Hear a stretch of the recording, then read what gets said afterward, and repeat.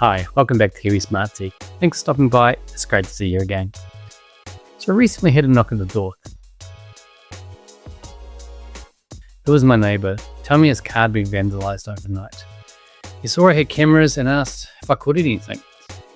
And unfortunately I had to tell him I didn't, which meant he had no footage, no evidence, and he ended up having to pay the insurance excess himself, about $1,500, which isn't a great conversation to be having. Not because he wasn't a camera facing the area, but because of how I had them set up. At the time, I was running battery cameras, and to make them last, you end up needing to make a few trade-offs. Detection zones, cooldowns, basically trying to stop cameras from going off every time a car drives past, or someone walks nearby, or even just trees moving in the wind. And that works because you're only capturing what happened on your property. But the downside is, anything just outside of that doesn't get recorded. Oh, no, I ain't seen nothing. I ain't seen nothing. Matter of fact, I'm blind in my left eye and 43% blind in my right eye. I don't see much of nothing. Matter of fact, I can't even see you, sir. And unfortunately, we've had this happen before as well. My daughter's car got dented while parked on the street. We had a pretty good idea what happened, but again, no footage, so no proof. Not a good look when the family looks at you as a tech guy. So I wanted to see if there's a better way I could set this up. Something that didn't rely on guessing on what might happen. It just captured everything. And this is where something like the Reolink TrackMix Floodlight wireless camera comes in. Reolink has sent me this out for testing, but everything you're seeing here is based on my own setup and how I've been using it day to day. I'll put a link in the description if you want to check it out. On paper, this is designed to solve that exact problem. It's a wide camera, so you're not dealing with battery constraints. It's got dual lenses, so you get both wide view and a zoom view at the same time. It has built-in floodlights, color night vision, and two-way audio, and auto tracking, which is awesome. It can pan around 355 degrees and tilt about 50 degrees.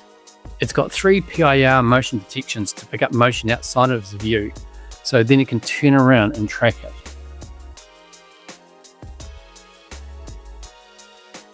Straight out of the box, you can see it's a pretty solid unit.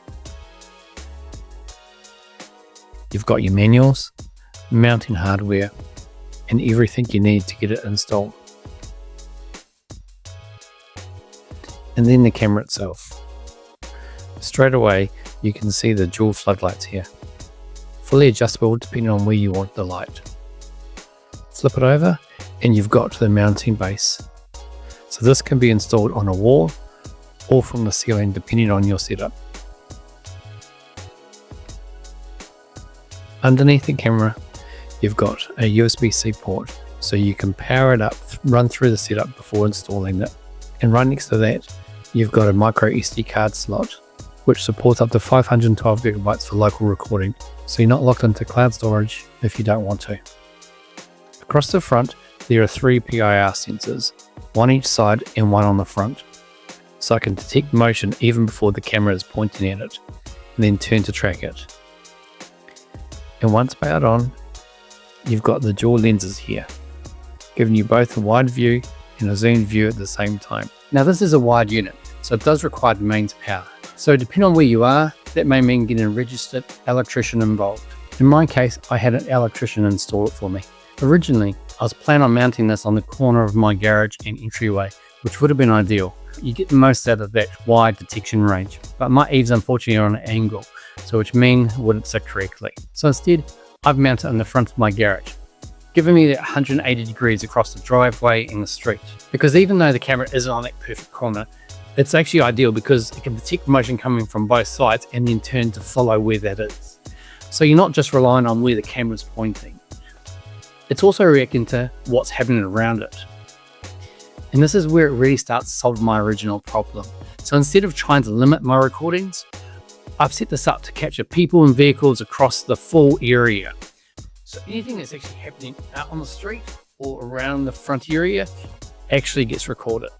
And the great thing is, if you want to take it even further, you can enable continuous recording as well. So I've got mine set up to record both to the SD card and to network storage as well. So this not only gives you event clips, it also gives the option for full timeline recording as well.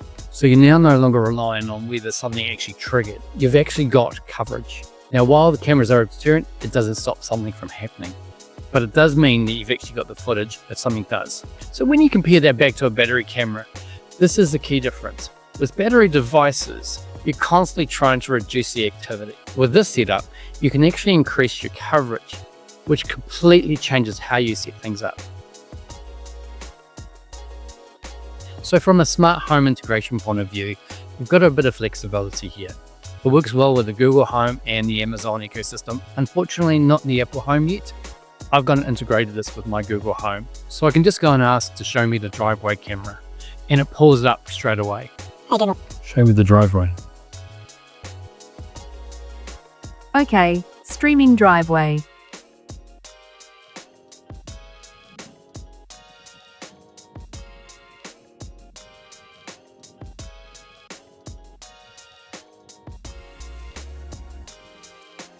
So on the recording site, you can connect it to a Reolink NVR for a more complete setup, or use protocols like RTSP, which means you can bring it into a third-party NVR like Frigate.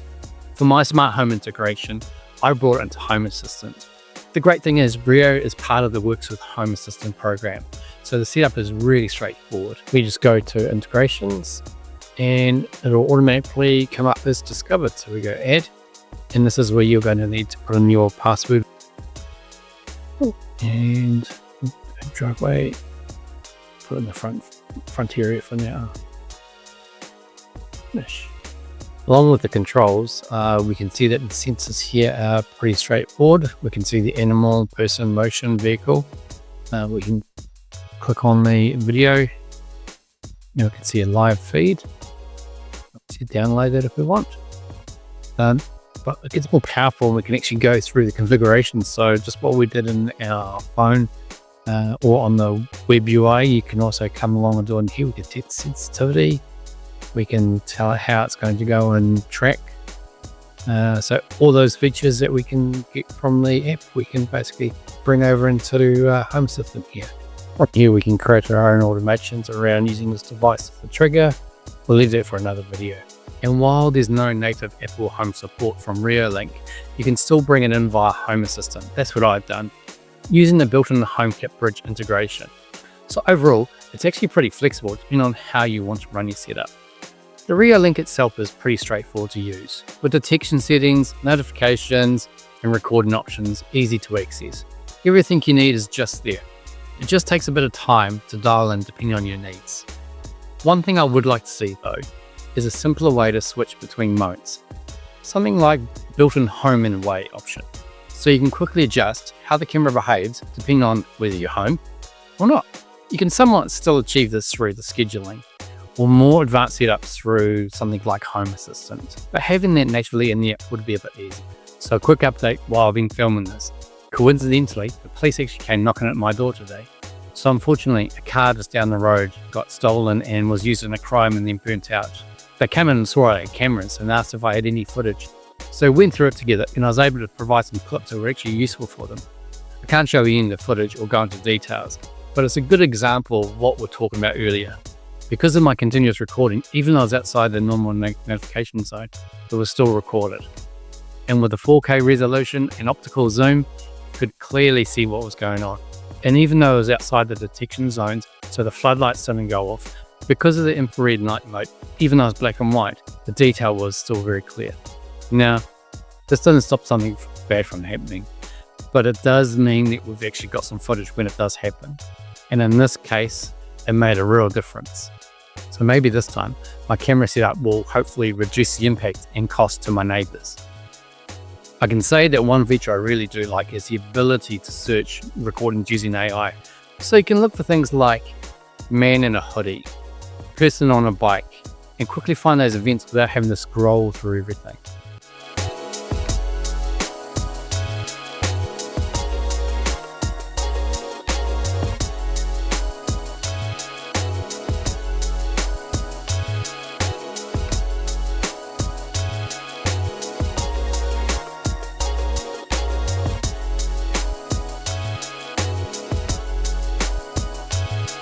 At night, the floodlights kick in when motion is detected, giving you that full color footage. And combined with the tracking, it does a good job of keeping subjects in frame as they move through the area.